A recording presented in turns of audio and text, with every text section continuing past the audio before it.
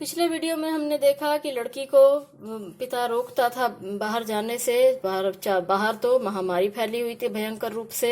अब यहाँ पर आगे देखते हैं। भीतर जो डर रहा छिपाए। पिता डरे हुए थे कि बेटी को कहीं ये बीमारी ना हो जाए, तो मन के भीतर जो डर छिपा हुआ था एक दिन वही बाहर आ गया।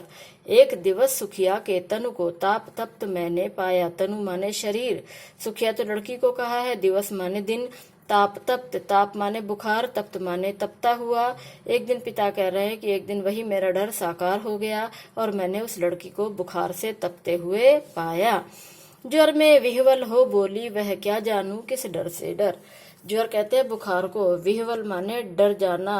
बहुत दुखी होकर वह बोली, ज्वर में दुखी होकर वह बोली, न जाने मुझे किस बात का डर है। अपने पिता से कह रही है, न जाने मुझे किस बात का डर है।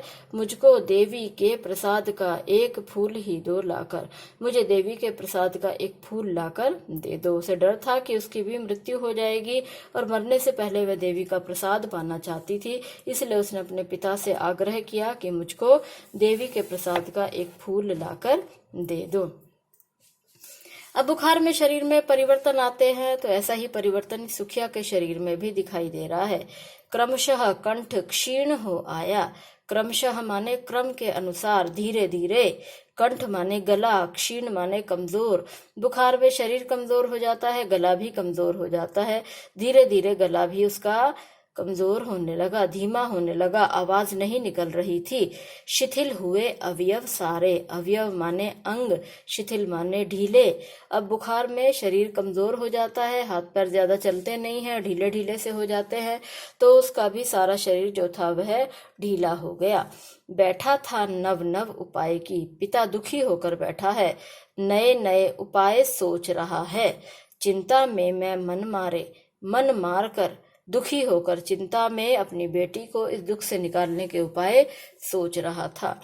जान सका ना प्रभात सजग से हुई अलस कब दोपहरी। समय कैसे बीत गया पता ही नहीं चला। जान सका ना प्रभात, प्रभात कहते सुबह, सजग माने जागा हुआ, कब जागा हुआ सवेरा हुआ, और कब आलस्य से भरी हुई दोपहरी आ गई। अलस माने आलस्य, दोपहर को आलस आता है तो कहते हैं पता ही नहीं चला कब सुबह हुई और कब सुबह से बैठे बैठे कब आलस से भरी हुई दोपहरी आ गई।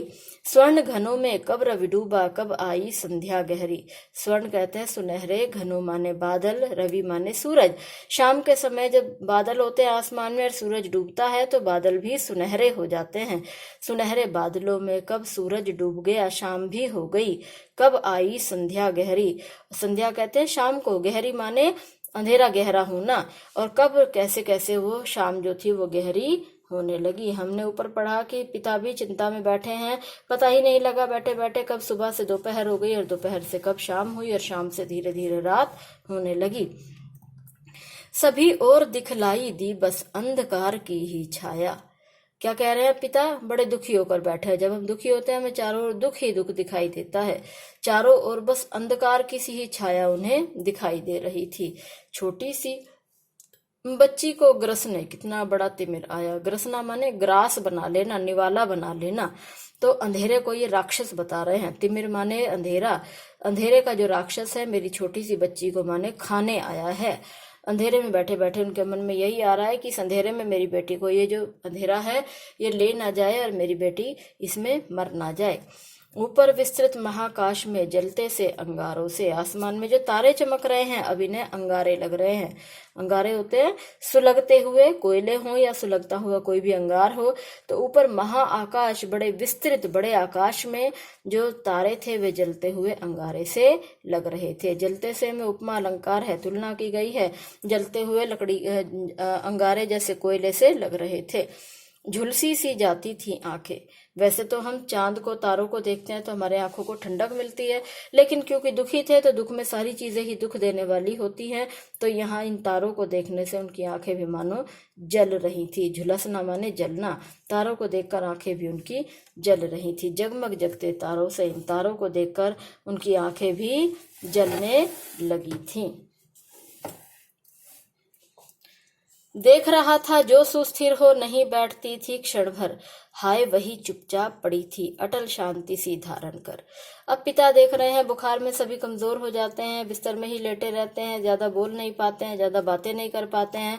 तो पिता के लिए तो इकलौती आशा थी उनकी बेटी, अब वो कैसे शांत पड़ी है। तो सोच रहे हैं एक पल के लिए भी शांत नहीं बैठती थी, आज कैसे ये बिस्तर में पड़ी है। देख रहा था जो सुस्थिर हो, सुस्थिर माने पूरी तरह से स्थिर होकर, शांत होकर, नहीं बैठती थी क्षण भर, एक क्षण के लिए भी जो बिस्तर में शांत होकर नहीं बैठती थी, हाय वही चुपचाप पड़ी थी, आज देखो कैसे चुपचाप पड़ी है, अटल शांति सी धारण कर। अटल कहते हैं जिसे टाला ना जा सके, तो ऐसी शांति उसने धारण की हुई है, बीमारी की शांति जो है वो उसने धारण कर रखी है, और कैसे चुपचाप वो पड़ी है। पिता बड़े दुखी होकर इन भावनाओं को व्यक्त कर रहे हैं। सुनना वही चाहता था मैं उसे स्वयं ही उकसाकर। कहते हैं कि मैं उसे उकसाकर ये पूछना चाहता था उसे क्या चाहिए। जब आप लोग बीमार होते हैं या हम में से कोई भी बीमार होता है तो हमारे माता पिता हमें ये पूछना चाहते हैं कि हमें क्या खाना है, कैसे बैठना है, क्या करना है, जिससे हम अपनी इच्छाएं बताएं और हमारी इच्छाएं पूरी होने पर हमें खुशी हो। और खुश होते हैं तो हमारी तकलीफ भी दूर हो जाती है, शरीर भी ठीक होता है। तो पिता उसे उकसाकर उसके मन की इच्छा को जानना चाहता था। मुझको देवी के प्रसाद का एक फूल ही दो लाकर। अब वो कहती है बेटी कि मुझे तो बस केवल एक ही इच्छा है कि मुझे देवी के प्रसाद का एक फूल लाकर दे दो। पिता से अपनी इच्छा को ये बार बार यही व्यक्त कर रही है। तो इतनी छोटी बात नहीं है, छोटी जाति के हैं पिता भी और बेटी भी, तो मंदिर में तो जा ही नहीं सकते थे, मंदिर के सामने से भी नहीं गुजर सकते थे। अब बेटी ने सवाल रख दिया था कि एक फूल ला कर दे दो, तो पिता किस तरह से इसकी इस इच्छा को पूरा करेगा, हम आगे की पंक्तियों में देखेंगे।